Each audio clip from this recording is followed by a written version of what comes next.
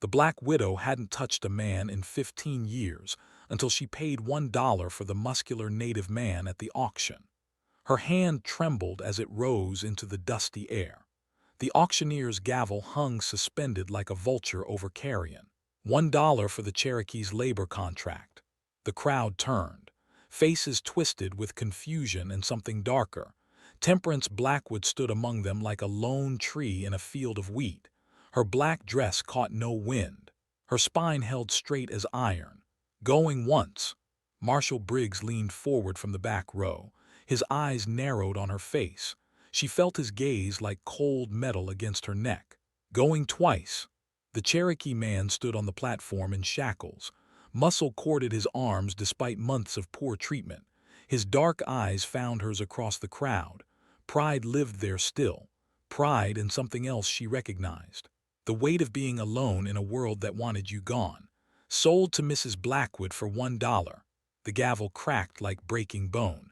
Voices erupted around her. She walked forward through the noise. Each step carved deeper into ground she could never take back. Her fingers touched the paper.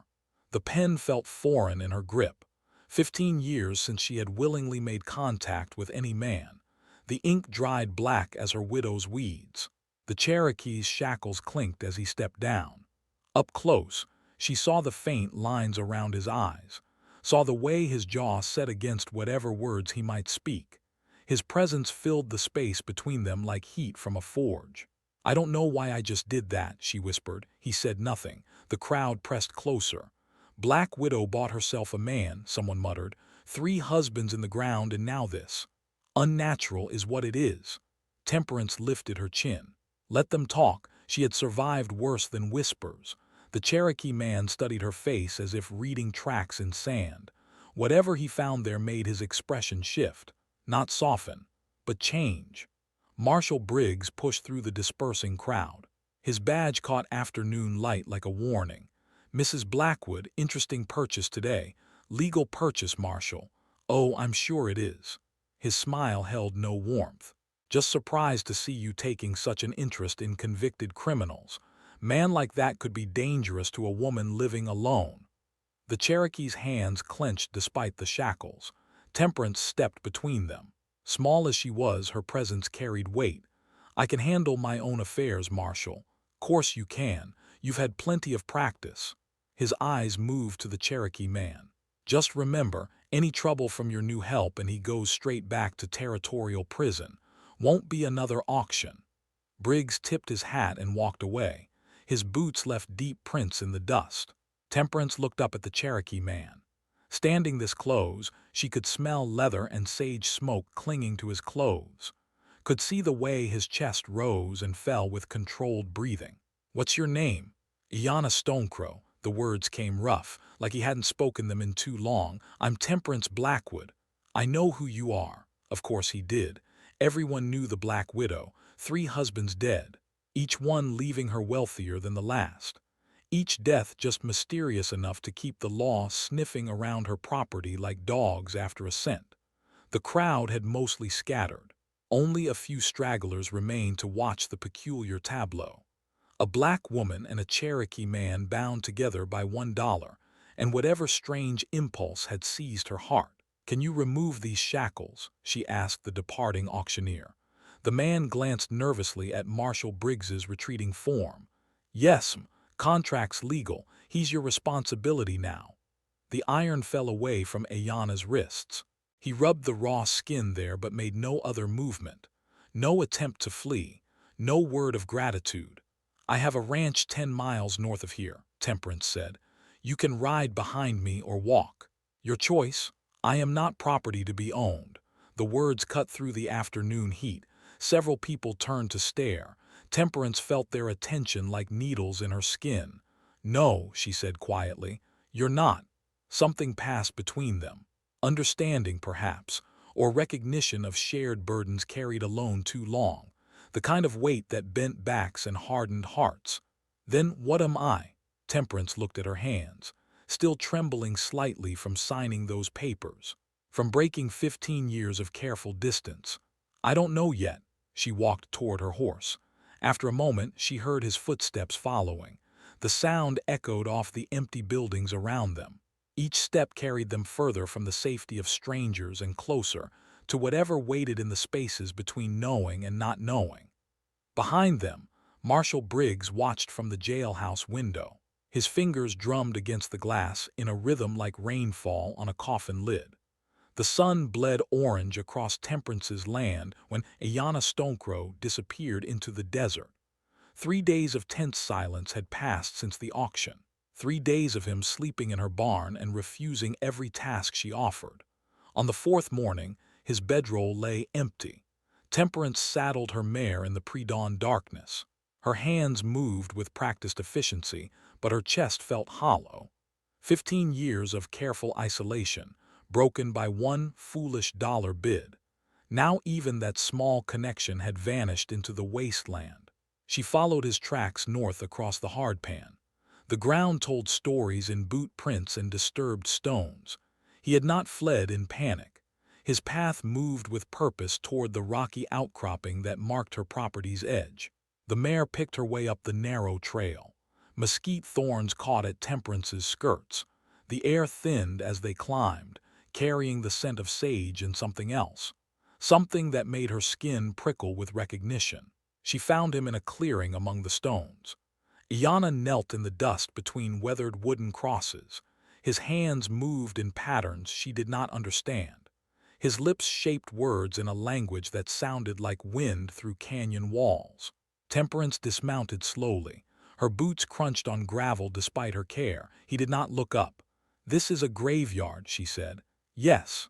The crosses stood in uneven rows, some bore names carved in Cherokee syllabary. Others held only dates. All carried the weight of lives cut short by forces beyond their control. "I didn't know." Ayanna's hands stilled. "White folks rarely know what lies beneath their feet." The words should have stung. Instead, they settled in her chest like truth too long avoided. She counted the graves. 23 crosses in ground she had owned for 8 years. "My grandfather is buried here. My grandmother. My sister's children who died on the journey west." His voice carried no accusation, just fact delivered with the weight of stone. "The railroad companies have been asking to buy this section," Temperance said. "Good money for worthless rock," they said. Now Ayanna looked at her. His dark eyes held depths she had not expected. "Worthless. That's what they called it." He rose to his feet. Dust fell from his knees. Around them the wind picked up, stirring the sage and setting the wooden crosses to creaking. "They want to run tracks through here, straight line to California. Over my people's bones." Temperance looked at the crosses again, saw them now for what they were. Not obstacles to progress, but markers of lives that had mattered. People who had loved and lost and died far from the homes they remembered. "I won't sell to them." The words left her mouth before thought could stop them. Ayanna's expression shifted. Not gratitude, something more complex. Why? She could not explain the feeling that had seized her at the auction.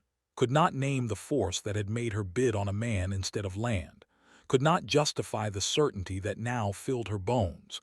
Because some things shouldn't be disturbed. They stood in silence as the sun climbed higher. The cemetery felt older than the crosses suggested, as if the land itself remembered the weight of grief and chose to hold it sacred. "I'll work your land," Ayanna said finally. "Not for you, for them." He gestured toward the graves. Temperance nodded. Understanding passed between them without need for more words. They rode back toward the ranch house as clouds gathered on the horizon. The wind carried the promise of rain and the weight of agreements made in graveyards under watching eyes. Jake, her foreman, met them at the barn. His weathered face showed surprise at seeing them return together. "Mrs. Blackwood, was wondering where you'd gotten to."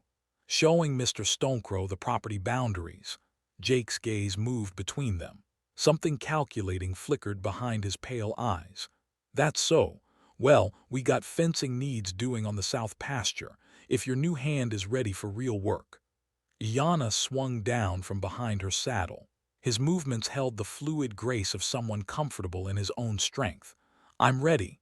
"Good. Sun's burning daylight." Jake walked away, but his shoulders held tension that had not been there before. Temperance watched him go with unease settling in her stomach. That evening, she found Ayana tending her injured mare in the barn. His hands moved over the animal's strained leg with surprising gentleness. Herbs and roots lay spread on a clean cloth beside him. "Where did you learn healing?" "My grandmother, before they took us from our home." He worked a poultice into the mare's swollen joint. The horse stood calm under his touch. Animals sense things people missed. This one trusted him already. "The railroad men will come again," Temperance said. "Let them come." His confidence unsettled her. She had spent 15 years building walls between herself and the world. Now this man spoke of facing threats as if courage were simple as breathing. "You don't understand. They have ways of taking what they want."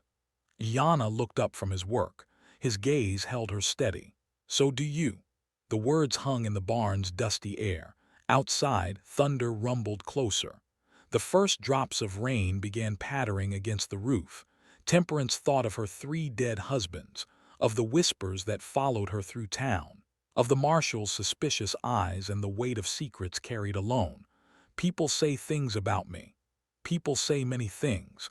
Most are lies told by the living to make sense of the dead."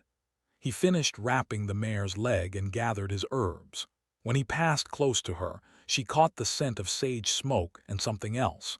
Something that made her remember what it felt like to breathe without fear. "I've never been innocent of anything they've accused me of," she said to his retreating form. Yana paused in the barn doorway. Rain fell harder now, drumming against the earth with increasing force. "Neither have I." He walked into the storm without looking back. Temperance remained in the barn, listening to the rain wash the dust from her land, and feeling something shift in the foundation of her carefully constructed world. 3 weeks passed in careful distance. Yana worked the land with quiet efficiency. Temperance watched from her porch as he mended fences and tended livestock. They moved around each other in measured circles, neither closing the space nor drifting too far apart. The rhythm broke when her stallion went down. Thunder rolled across the pasture, his black coat slick with fever sweat. The animal's breath came in harsh gasps. His eyes showed too much white. Jake stood over the horse with his rifle ready. "Best put him down, Mrs. Blackwood. Whatever's got him is spreading fast." Temperance knelt beside Thunder's head. The stallion had carried her through 8 years of solitude, had never failed her when she needed to outrun gossip or grief. "No, ma'am, he's suffering." I said no. Iyana appeared at her shoulder without sound. His presence changed the air pressure around them. Jake's grip tightened on his weapon. "Might want to keep your distance, Cherokee.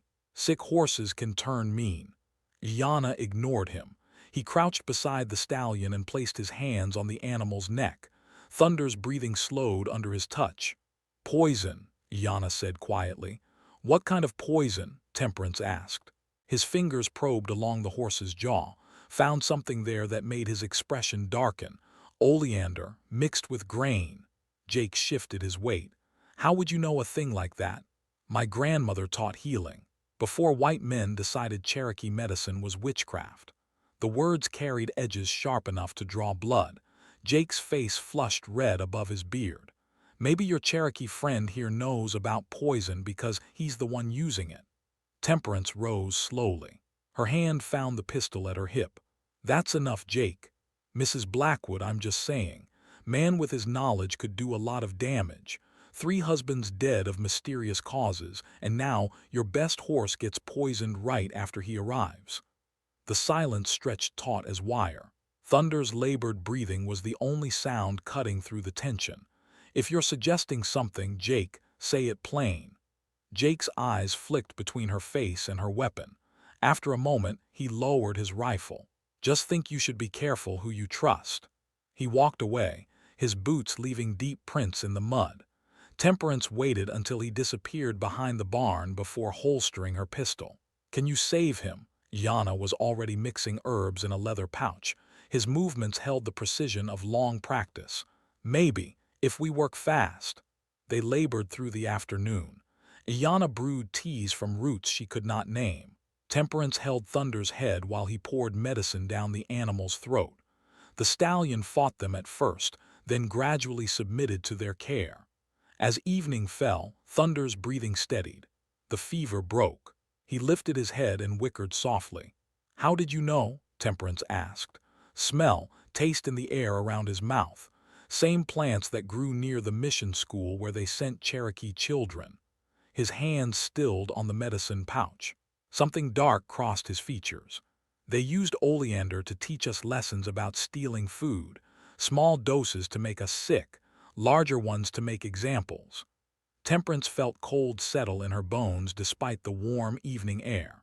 "How old were you?" "7 when they took me, 15 when I left." The numbers hung between them like stones thrown into still water. 8 years of childhood stolen. 8 years of lessons taught with poison and fear. "I'm sorry," Yana shrugged. "Past is past, but it taught me to recognize the signs." They sat in comfortable silence as night fell around them. Thunder dozed in the straw, his breathing deep and even. The crisis had passed, but something had shifted between them in its wake. "Jake thinks I killed my husbands," Temperance said finally. "Did you?"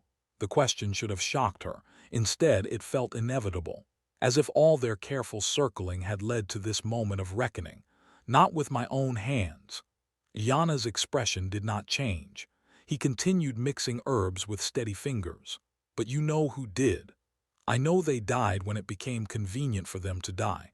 I know I inherited their property. I know the law has never found enough evidence to charge me." She pulled her knees to her chest, made herself smaller in the growing darkness. "I also know I've never felt safe with a man before." The admission hung in the air like smoke from a dying fire. Yana sealed his medicine pouch and set it aside. "Safety is a luxury most of us never get to enjoy." "Is that why you were arrested? For fighting back?" "I was arrested for existing where white men didn't want me to exist." "Same crime your husbands committed against you, I suspect."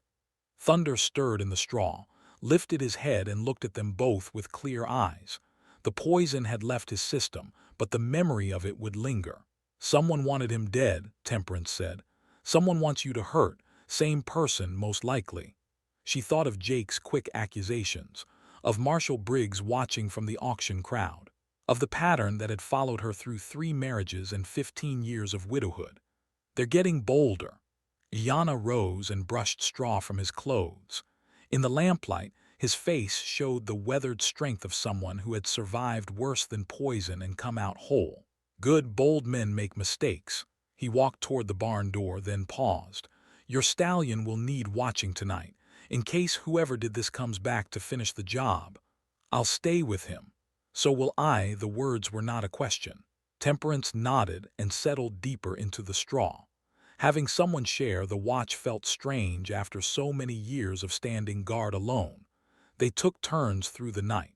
When she dozed, she woke to find Ayana sitting alert beside Thunder's stall. When he rested, she kept vigil over both man and beast. Near dawn, hoofbeats approached the ranch. Temperance woke instantly, her hand finding her pistol. Yana was already standing, a shadow in the gray light. Marshall Briggs rode into the yard with 2 deputies behind him. Their presence carried the weight of official business and unofficial threat. "Mrs. Blackwood, heard you had some trouble with your horse." Temperance stepped into the doorway. Behind her, Thunder snorted and pawed the ground, alive and strong despite someone's best efforts. "Nothing I couldn't handle, Marshall." "That's so." His gaze found Ayana standing in the shadows. "Funny how trouble seems to follow certain folks around." The accusation sat heavy in the morning air. But Thunder's recovery had given Temperance something she had not possessed in years. An ally who asked no questions and expected nothing in return. "Funny how quickly help can arrive when you really need it," she replied. Briggs touched his hat brim and rode away. But his eyes promised this conversation was far from over. Marshall Briggs came at dawn with iron shackles and fabricated charges. Temperance woke to the sound of horses in her yard and the cold click of metal on metal. "Iana Stonecrow, you're under arrest for conspiracy to incite uprising among the Cherokee population." The words cut through the morning air sharp as winter wind. Temperance rushed from her house still fastening her robe.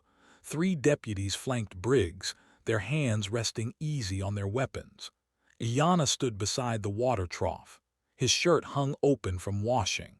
Droplets caught the early light on his chest and arms. He made no move to run. "What uprising?" Temperance demanded.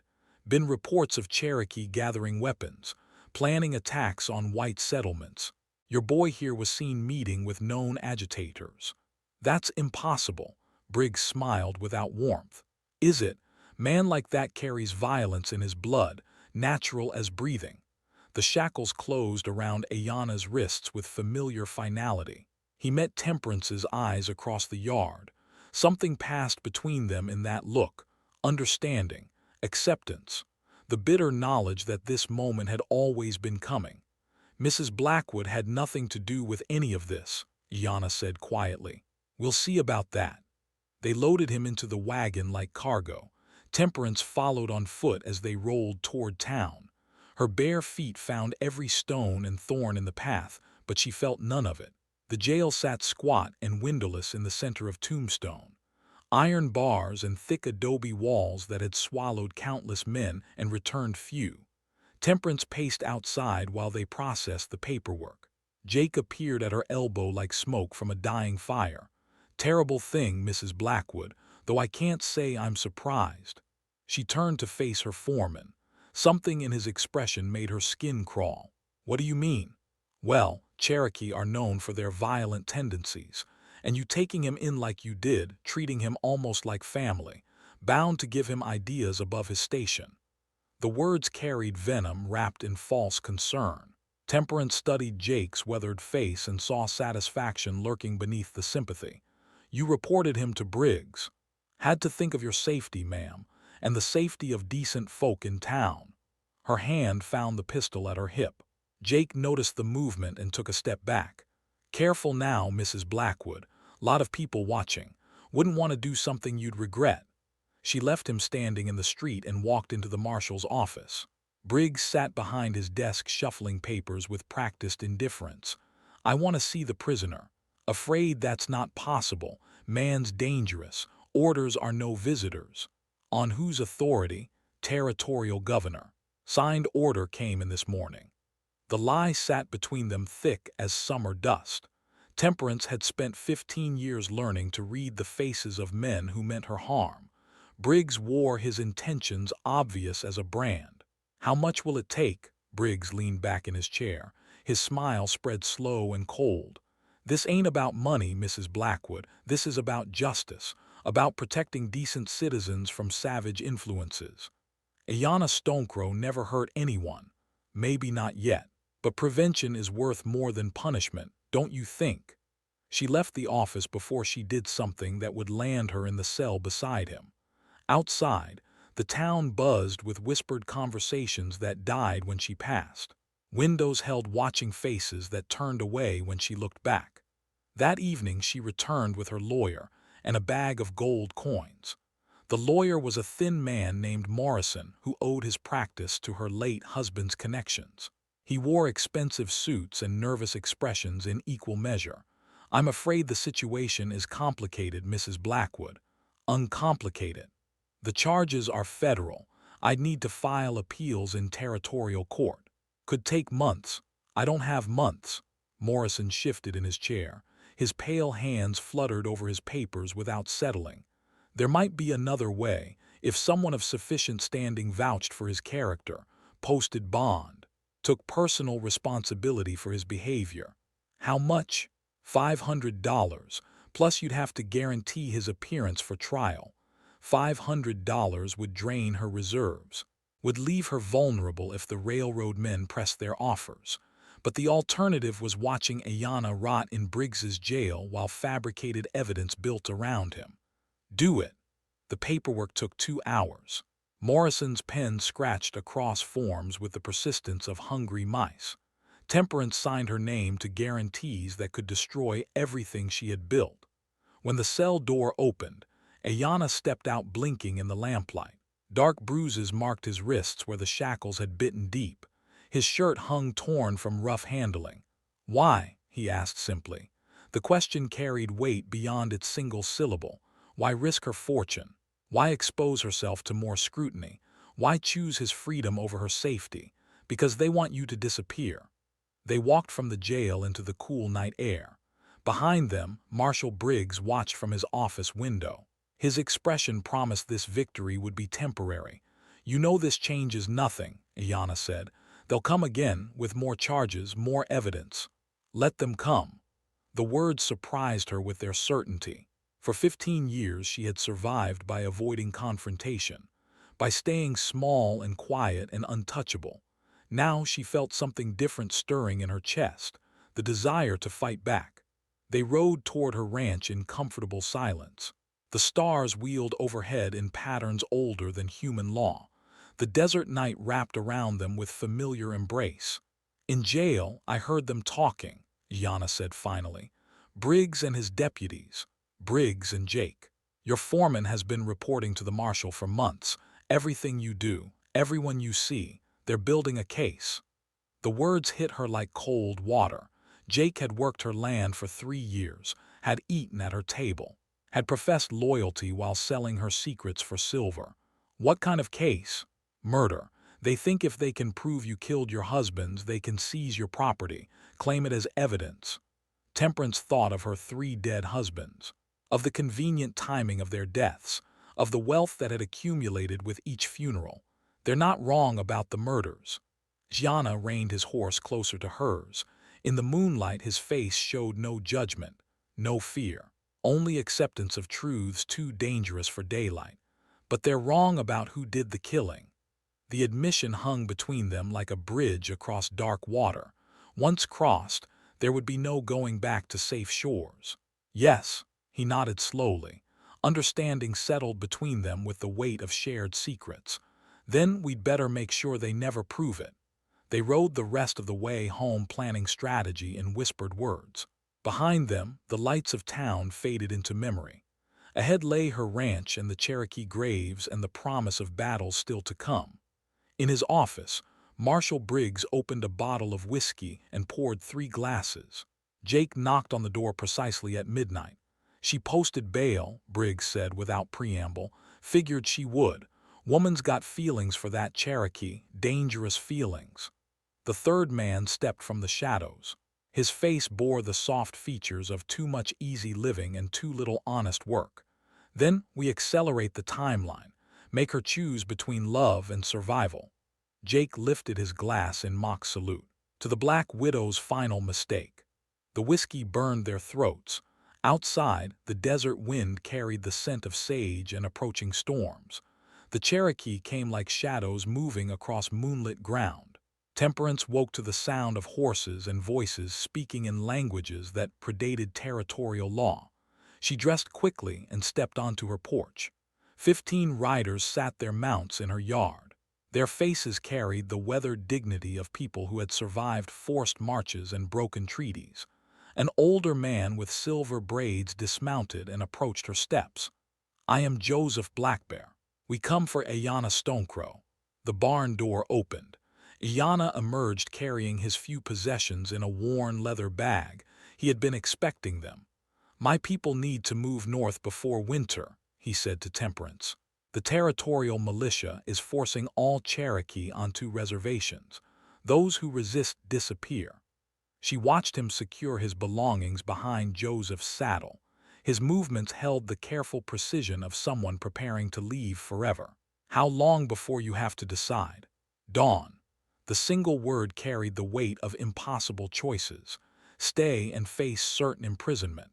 Leave and abandon the woman who had paid $1 for his freedom. Then you should go. Yana turned to face her. In the lamplight spilling from her windows, she saw something she had never expected to find in any man's eyes. The same hollow ache that lived in her own chest. "I don't want to." The admission hung between them raw as an open wound. 15 years of careful distance crumbled with those 4 words. "But you will, because your people need you alive more than I need you here." Joseph Blackbear watched their exchange with the patient understanding of someone who had seen too many partings. His weathered hands held the reins steady while time stretched thin as morning mist. "There is another choice," Joseph said quietly. "She could come with us." Both Temperance and Ayanna stared at him. The old Cherokee's expression revealed nothing beyond calm acceptance of possibility.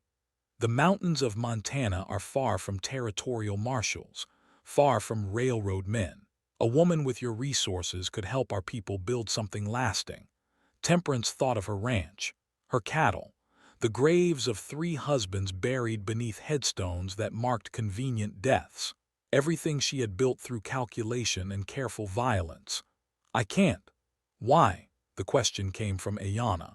His dark eyes held no judgment, only genuine curiosity about the chains that bound her to this place. Because running never solves anything. It just moves the problem to new ground. A rider approached from the direction of town. Jake spurred his horse hard across the hardpan. Behind him, dust clouds marked the progress of more horses moving fast in the darkness. "Mrs. Blackwood," Jake called as he reined up. "Marshal Briggs is coming with a federal warrant. Someone told him about your Cherokee friends gathering here." The words carried false urgency wrapped around real threat. Jake's eyes moved over the assembled riders with satisfaction barely concealed. "How much time do we have?" Joseph asked. "Maybe an hour. Depends how fast they can rouse the deputies." Temperance studied her foreman's flushed face, saw the gleam of silver coins reflected in his calculating gaze. "Funny how you happen to be out riding so late, Jake. Just keeping watch over your interests, ma'am, like always." Yana stepped forward. His hand rested easy on the knife at his belt. "Like when you reported my movements to Briggs." Jake's horse sidled nervously under his tightening grip. The animal sensed violence brewing in the night air. "I don't know what you mean." "Like when you poisoned Mrs. Blackwood's stallion to frame me. That's crazy talk." Joseph Blackbear dismounted and walked to Jake's horse. His movement carried the fluid grace of someone comfortable with danger. "Crazy talk is what white men call Cherokee truth, but horses know liars. Your mount is afraid of you." Jake's hand moved toward his pistol. The Cherokee riders shifted in their saddles with predatory focus. 15 men who had learned to fight or die. "Now hold on, I came here to help." "No," Temperance said quietly. "You came here to finish what Briggs started." She pulled the papers from her coat pocket. Legal documents Morrison had prepared in case this moment arrived. Jake's face went pale as moonlight. "These are sworn statements from Dr. Williams about plant matter found in my husband's bodies. Oleander, Jimson weed, plants that grow wild around your cabin, Jake." The foreman's horse danced sideways. Its eyes rolled white with inherited fear. "You can't prove nothing." "Can't I? Yana taught me to recognize the smell of oleander, same smell that clings to your hands when you handle my horses." Jake jerked his reins hard. His mount reared and fought the cruel pressure on its mouth. "You murdered 3 innocent men," Temperance continued. "Made me look guilty while you got paid by Marshal Briggs to frame me for your crimes. They weren't innocent. They beat you, stole from you. I was protecting you." The confession spilled from his lips like poison from a broken bottle. Years of secret justification finally released into the night air. "By making me live with suspicion. By letting people call me the Black Widow while you counted your blood money." Jake's horse bolted. He fought to control the animal as it carried him in panic circles around the yard. The Cherokee riders closed ranks, blocking his escape routes. "It wasn't supposed to happen like this," Jake shouted over the thunder of hooves. "Briggs said we'd run you out of town, take the land quiet. Nobody was supposed to get hurt. 3 men are dead because of your greed. 3 men who had it coming." Joseph Blackbear caught Jake's reins and brought the frightened horse to a standstill. His weathered face showed no mercy for the man who had murdered innocents and blamed others. "What happens to liars among your people?" he asked Temperance. She looked at Jake's sweating face, saw the same cruel satisfaction that had lived in her husband's eyes before death claimed them, saw the pattern that would continue until someone broke it with decisive action. They faced territorial justice, legal trials, years of appeals while they poisoned more wells. Dust clouds approached from the south.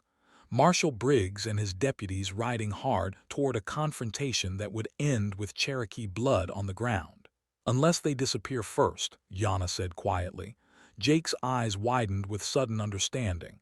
His horse trembled beneath him as if sensing its rider's fate. You can't. I'm a white man. There'll be consequences. Like the consequences my people faced for existing where you wanted our land, Joseph asked. The sound of approaching horses grew louder. Time narrowed to a blade's edge between choices that would define who lived and who vanished into desert darkness. Temperance looked at Ayana, saw her own reflection in his steady gaze. Two people who had survived by learning when mercy was luxury they could not afford. Take him with you, she said to Joseph. Let the mountains decide his punishment. Jake tried to spur his horse away. The animal refused to move under the Cherokee rider's watchful eyes. Mrs. Blackwood, please, I was trying to help you. Everything I did was for your benefit. No, everything you did was to steal what I built. Joseph nodded to his riders. They closed around Jake with the silence of hunting wolves. His protests faded as they led him away from the lights of civilization and into the vast darkness that swallowed men who chose greed over decency. Yana remained behind as the others vanished into the night. Marshal Briggs would arrive to find empty ground and questions with no comfortable answers. They'll blame you for Jake's disappearance. Let them try to prove it. He smiled at her fierce certainty. In the distance, hoofbeats faded until only desert silence remained. I'm staying. The words carried weight beyond their simple meaning. Staying meant facing whatever charges Briggs would fabricate. Staying meant choosing her over the safety his people offered.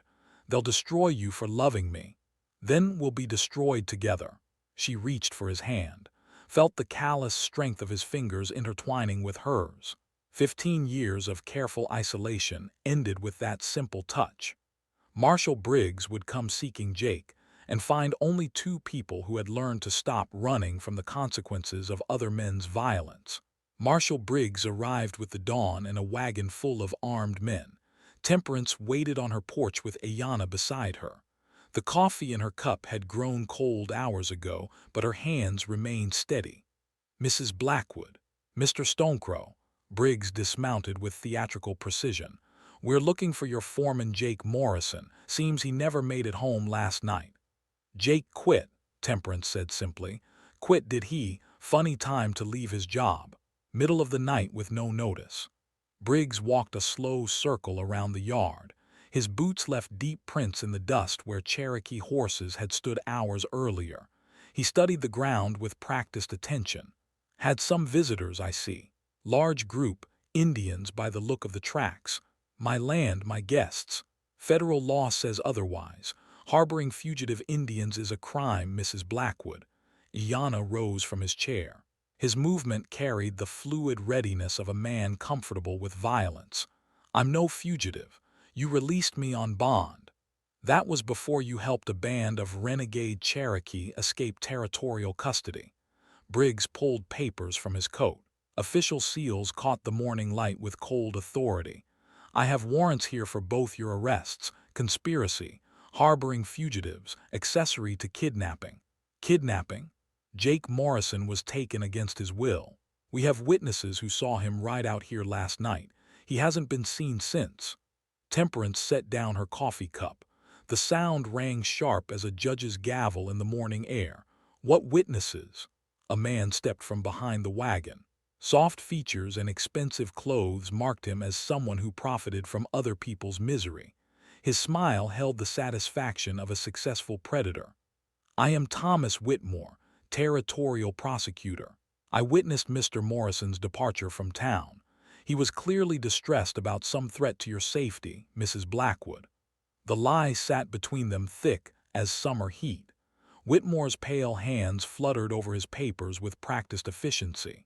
I also have testimony from townspeople about your unnatural relationship with the Cherokee prisoner, about strange activities on your property, about the suspicious deaths of 3 husbands under circumstances that benefit you considerably. Temperance felt the trap closing around them. Months of careful planning reduced to this moment of reckoning. You want my land. We want justice. Your property will be held as evidence pending trial. standard procedure in capital cases. Jana's hand found hers. His fingers intertwined with hers in silent solidarity against the forces arrayed before them. Then you'll need more than fabricated testimony and convenient witnesses. Temperance reached into her coat. The papers Morrison had prepared rustled in the morning breeze. These are sworn statements from Dr. Williams. Analysis of plant matter found in my husband's bodies. Oleander, Jimson weed. Specific varieties that grow only in certain soil conditions. Briggs frowned at the documents. His confidence wavered as he read the detailed botanical analysis. This proves nothing except they were poisoned. We already suspected that. Read the next page. Whitmore snatched the papers from Briggs. His face went pale as desert bone. Soil samples from Jake Morrison's cabin, same mineral content, same plant varieties. Jake had access to the specific poisons that killed my husbands. That's circumstantial evidence at best. Temperance smiled without warmth. Keep reading. The third page contained Jake's full confession, written in his own hand, signed and witnessed by Joseph Blackbear before Cherokee justice claimed its due. Jake Morrison murdered 3 innocent men on your orders, Marshal. Made me the scapegoat while you built a case to seize valuable land through legal manipulation. Briggs grabbed for his pistol. Jana was faster. The marshal's weapon flew from his grip and landed in the dust. The deputies reached for their rifles and found Cherokee arrows pointed at their hearts. Joseph Blackbear emerged from behind the barn with 15 silent warriors. They had never left, had waited in the shadows for this final confrontation. We return what belongs to the desert, Joseph said quietly. Whitmore fell to his knees in the dust, his expensive suit torn by cactus thorns and bitter truth. You can't do this. We're federal officials. You're murderers and thieves. The desert knows the difference. Temperance looked at the men who had orchestrated years of suffering, saw the same cruel satisfaction in their eyes that had lived in her husband's faces before justice found them. Jake confessed to everything, the poisonings, the bribes, your plan to frame me and steal my property, all written down in legal language your own courts will understand. She handed the final document to a terrified deputy. Take this to the territorial governor. Tell him what happens when federal marshals become common criminals. Briggs struggled against the Cherokee warriors holding his arms, his face twisted with impotent rage. This isn't over. There'll be consequences. They'll send the cavalry. Let them come, Joseph said. The mountains are deep. Justice runs deeper. The Cherokee led their captives away into the desert vastness. Their voices faded until only wind remained to carry the promise of accountability to those who profited from others' pain. Temperance and Ayana stood alone in the sudden quiet. Around them, her land stretched toward distant mountains painted gold by morning sun. They'll send replacements, Ayana said. More marshals, more prosecutors. Then we'll face them together. He turned her hand palm up, traced the lines there with gentle fingers. 15 years of isolation ended in that simple touch. Are you sure? The scandal alone could destroy everything you've built. I built it alone. Living it alone nearly killed me. The words carried weight beyond their simple meaning, acknowledgement of vulnerability, acceptance of risk, the choice to build something beautiful from the ruins of careful survival. 1 year later, Cherokee families worked the northern pastures of Temperance Blackwood's expanded ranch. Children played among the sacred graves their grandparents had been forced to abandon. Elders taught traditional ways while learning new methods of raising cattle and growing corn. Temperance and Ayana stood together watching the sunset paint the desert gold. Her hand rested in his without reservation.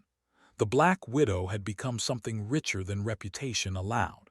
A woman who had learned that touching another person was not surrender, but the truest form of strength. The territorial governor had appointed a new marshal, a fair man who investigated crimes rather than manufacturing them. The railroad companies had moved their plans further south. Some things remained too sacred for progress to disturb. Sometimes the best things in life cost only $1. Temperance said quietly, "if you're brave enough to pay the real price." Yana squeezed her hand. Around them, the desert wind carried the voices of children learning songs in 2 languages. The sound of healing taking root in ground watered by tears and tended by hope. They had paid the real price, had chosen love over safety, and found something worth defending in the space between heartbeats. The sacred graves watched over them with silent approval. The past and future joined in the eternal present of 2 people who had learned to trust again. And that is all to the story, for now. Please let me know where you are tuning in from. Perhaps we will create a story there. Consider liking this video and subscribing to our channel. And if you enjoy our content, click this video on your screen. I promise you it's worth watching. See you tomorrow.